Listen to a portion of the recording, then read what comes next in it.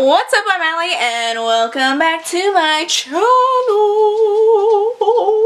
I don't know what just happened. Today I am going to be doing my October book haul for you guys. I'm gonna be upfront.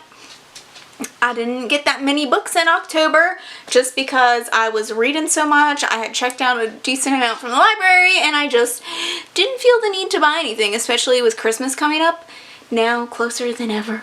I don't really feel the need to buy any. I'll just wait to see what all I get and what I don't get for Christmas.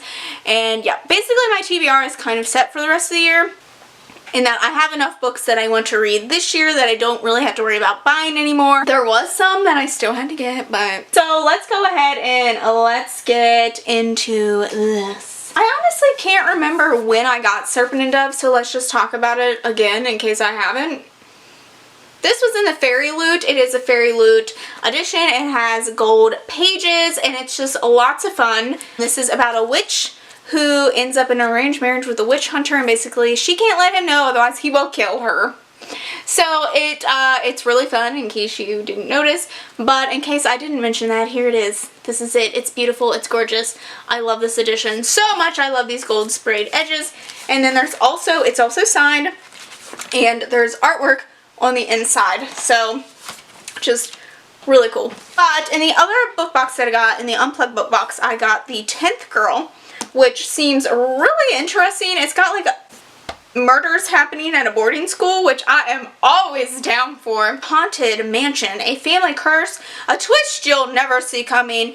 Welcome to Xoxo school, I'm assuming. This did come with a signed book plate, but this is a psychological kind of thriller, I believe. It takes place in this mansion. It's like a finishing school, and basically it is said that anyone who comes there and stays there will be cursed, kind of deal. So this follows a girl and I believe a teacher, but the people around them begin to act like as if they're possessed or something along the lines of that, and one of the spirits has like a really dark secret or something. So I don't know, it seemed pretty ooky spooky and interesting, so I'm eager to see how this goes. I love this cover. It doesn't seem like a normal YA kind of thriller cover, so I'm interested in this. Then we have my book of the month. This was my October book of the month, the YA book of the month, I should say. It has a little stamp down here and the thing on the side, but this was one of my most anticipated releases for the year. That is The Fountains of Silence. This is a book by Ruta Sepetys, who is one of my all-time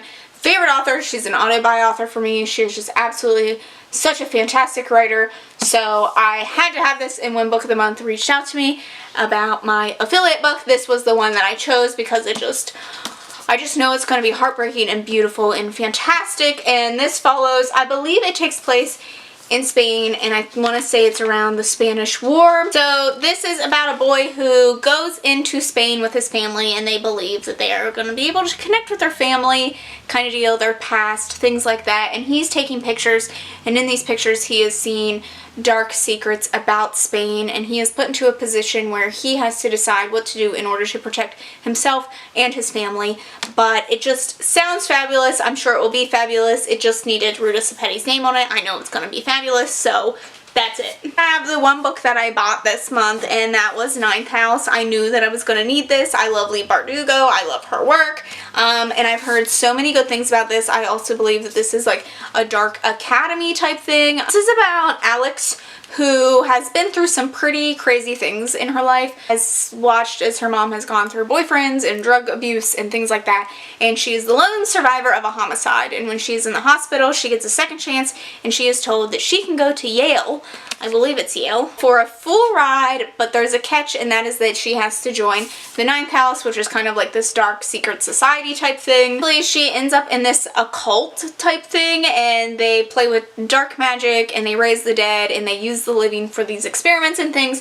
So she is going in to infiltrate this type of world, and I've heard that it is dark and twisted, and there are all kinds of crazy things happening, like trigger warnings for everything. So I'm intrigued Very excited. Yes, I know there's a sticker still on here. I haven't gotten around to taking it off. And then I have 2 books that were actually sent to me. I had told the publishers ahead of time that I probably wasn't going to get around to them before the release date. They said that was totally fine and that they were still willing to send me copies.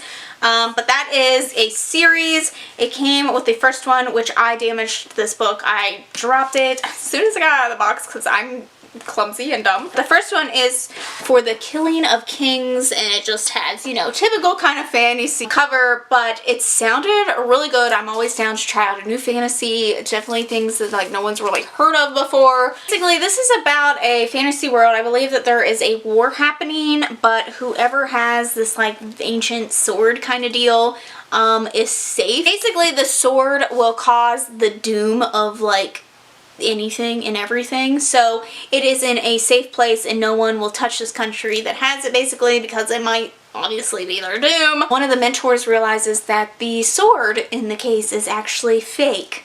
So this is about a group that goes in search of the real sword. They're also running for their lives, I guess, because people think that maybe they have stolen the sword.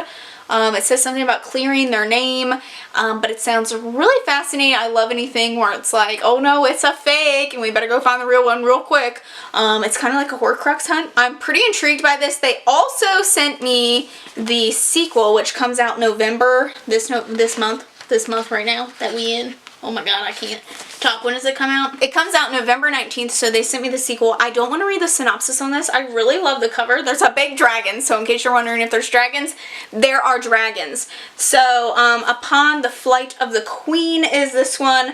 I don't know much about this one. I don't want to read the synopsis in case it gives away things for this one. I do plan on reading these within, hopefully soon. I don't know. It probably won't be in November because of NaNoWriMo. But eventually I plan on reading these, obviously, or I wouldn't have asked for them. And then the last thing is actually something that I received double of. I got an ARC of A River of Royal Blood. I did already read this. I read this in my October ARCs vlog a while back. But I have a second advanced reader's copy, and I think I'm going to end up doing a giveaway over on my Instagram probably, so keep an eye out for that. This comes out, I think it's out now. Yeah, it came out at the end of October.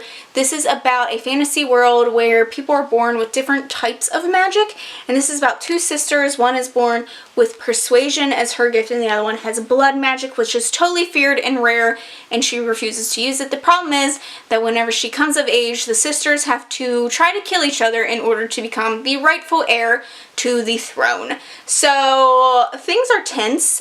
We follow just one of the girls, and you're trying to find out like why she's not using her blood magic and how to use it and what she plans on doing when she has to kill her sister and things like that. And I really enjoyed it. So yeah, keep an eye out on my Instagram. I think that is pretty much it for the books that I got in October. Just a little handful. It's enough. I have enough books to read, but I'll probably have a big haul because I'm planning on going to a big massive used bookstore soon, so I might have a bigger haul in November. Just keep your eyes open for that next month. I hope you guys have liked this video. Don't forget to subscribe to see future book hauls from me. Thanks for watching. I'll see you next one. Bye.